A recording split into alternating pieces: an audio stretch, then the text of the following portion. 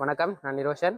இயற்கை விவசாயம் லாபமா நட்டமா? இதுதான் அந்த கெமிக்கல்ல செய்யற ஒருத்தர் என்கிட்ட கேட்டது. நீங்க அதை முதல் சொல்லுங்க, அதுக்கு பிறகு மிச்சத்தை பற்றி கதைக்கலாம். இப்போ இன்றைக்கு நீங்கள் தங்கம் வாங்குறீங்க. ஏன் நீங்க இன்றைக்கு தங்கம் வாங்குறீங்களா? நாளைக்கு இல்லாட்டி அடுத்த வருஷங்கள்ல அதுகள் இந்த பெறுமதி கூடும். இன்றைக்கு நீங்க ஒரு 10 லட்சம் ரூபாய்க்கு தங்கம் வாங்கினா அது இன்னும் ஒரு வருஷத்துல ஒரு 11 லட்சம் இல்லாட்டி 12 லட்சம் அது லாபத்தை ஈட்டி தரும் தான் நீங்க அதுல இன்வெஸ்ட் பண்றீங்க. சரி, அந்த தங்கம் அடுத்த வருஷம் 10 லட்சத்துக்கு வாங்கினா அடுத்த வருஷம் 8 லட்சம் வந்துருமெண்டா அதுக்கு யாரும் போவினமா? இல்லை, என்ன போக மாட்டோம். அதான் உண்மை. அதே மாதிரி தான் இந்த இயற்கை விவசாயம். இன்றைக்கு நீங்க இயற்கை விவசாயத்துல செய்ய மண் வளம் அதிகரிக்க போகுது. இன்றைக்கு நீங்க ஒரு விவசாயத்தை செய்யறீங்களா, அதுக்குள்ள கெமிக்கல் போட்டு போட்டு செய்து கொண்டு இருக்கிறீங்களா, தொடர்ச்சியா நீங்க கெமிக்கல் செய்து கொண்டு கேட்க மண் வளம் இல்லாம போச்சுன்னா ஒரு கட்டத்துல அந்த மண்ணுக்கு பெருமதியே இல்லாம போயிடும். அப்ப அந்த மண்ணை காப்பாற்றணும், உங்களோட வளத்தை காப்பாற்றணும்னா நீங்க இயற்கை விவசாயம் செய்தே தானே மாற்று கருத்தே இல்லை. அடுத்தது உங்களோட ஆயுள், உங்களோட ஆரோக்கியம், இந்த ரெண்டையும் நீங்க காப்பாற்றணும், அடுத்த கட்டத்துக்கு கொண்டு போகணும்டா அதுக்கும் ஒற்றே ஒரு வழி இந்த இயற்கை விவசாயம்.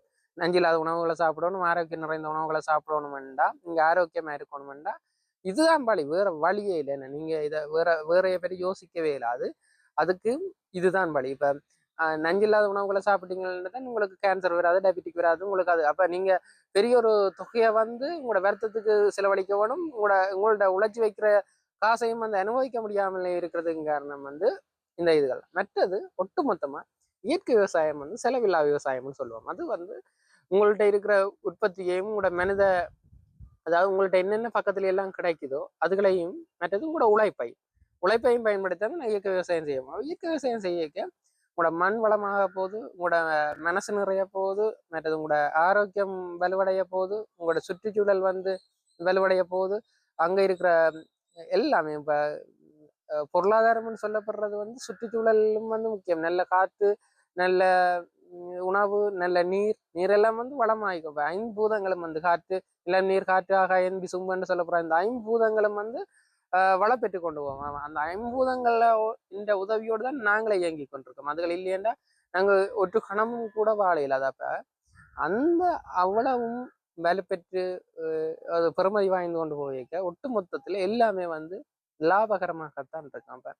எது லாபம் எது நட்டம்ன்றது உண்மையாவே விவசாயம் செய்கிறார்களுக்கு தெரியும். இன்றைக்கு ஒரு நல்ல காற்று இல்லாட்டி நீங்க விவசாயம் செய்யலாம், நல்ல நீர் இல்லாட்டி நல்ல விவசாயம் செய்யலாம்.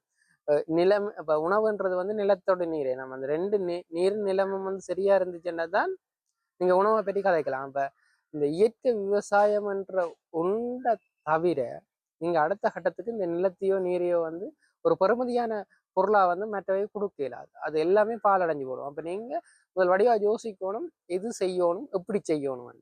நன்றி.